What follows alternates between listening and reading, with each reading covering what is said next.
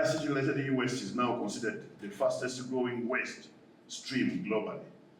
This trend is driven by rapid technological advancements, shortened replacement cycles, and unbridled consumer appetite for newer, flashier devices, often leading to premature disposal of electronics, even when some may still be functional or repaired, because some of these gadgets are fashion statements. That's why when you look at the average age, the average time of holding on a phone, when we are starting the device project, we did a lot of literature review on this. Globally, I think the average is about 36 months, which is 3 years. But obviously, that is for the average person. So I'm sure many of us can relate. Those old phones, non-functional chargers, broken routers, and bulky TV screens, which are gathering dust in our drawers, garages, and stores. They may be out of sight, but they are part of us, and obviously part of the problem. The Global E-Waste Monitor 2024 points a sobering picture. At just as you have the numbers, Africa, actually the numbers in Africa are low. Africa has the lowest documented e-waste collection and recycling rate. The issue in Africa, although the numbers are low, but again, we have the recycling rate is actually non-existent. I don't know why our speaker writers here put it there to have the lowest. I think it's non-existent. They just wanted to be diplomatic. It's just non-existent. In Uganda, we generate an estimated of 41 million kilograms of e-waste annually, above 0.9 kilogram per person. Yet only 0.2 million kilograms is formally collected and recycled. The UCC 2020 study on end-of-life management of ICT devices found that 85% of ICT devices become e-waste within 4 years. The rest reach end-of-life within 6 years, depending on their repairability and durability. These figures paint a clear but gloomy picture. Uganda is generating more e-waste than it is collecting or safely disposing of. These are serious implications, not only for our environment and economy, but also for human health and safety. Improper e-waste disposal through burning, dumping, or unsafe dismantling releases toxic substances such as lead and mercury, which are potentially harmful to human health, causing the potential to cancer, respiratory diseases, mental disorders, and organ damage.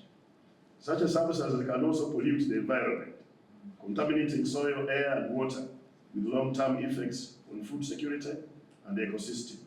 Besides, the risks at home cannot be underestimated, as old batteries can leak or spark fires, even in storage. Counterfeit ICT devices add to this burden, with their shorter lifespans turning them into waste more quickly. Those further strain our capacity to manage e-waste capacity. And maybe at this juncture, I would like to ask that we've now capacity at UCC to detect counterfeit phones and later switching them off the system.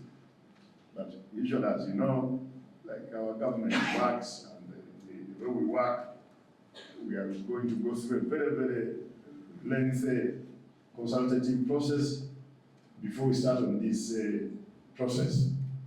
So all along we've been asking you, check whether you have a counterfeit phone. It's dangerous to your life. It's not good for our networks. That one is stopping now, because now we have the capacity to know every counterfeit phone on the network.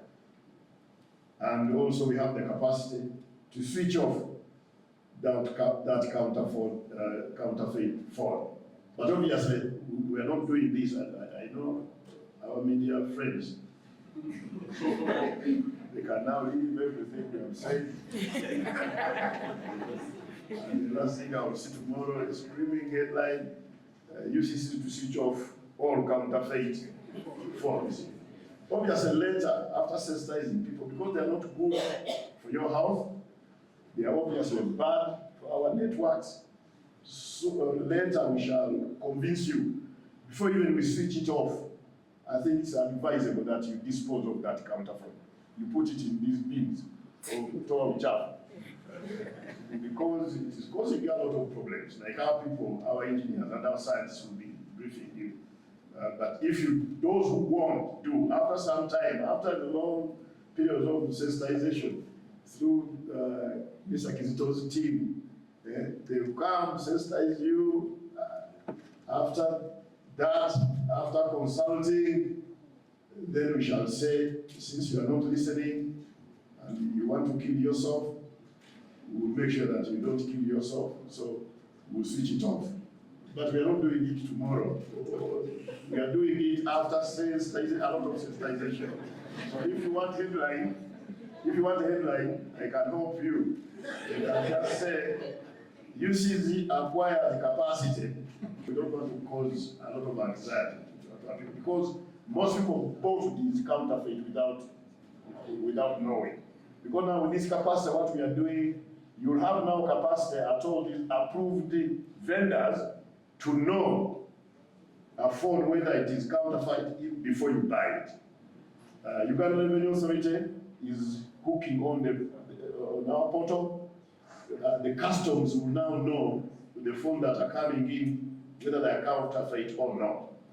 The Uganda National Bureau of Standards, we are also giving them that capacity to know. So that's the reason why we can't switch you off immediately, because most of you just you fell victim to fraudulent casinos or the Ugandans over when they do their business. Uganda Communications Commission.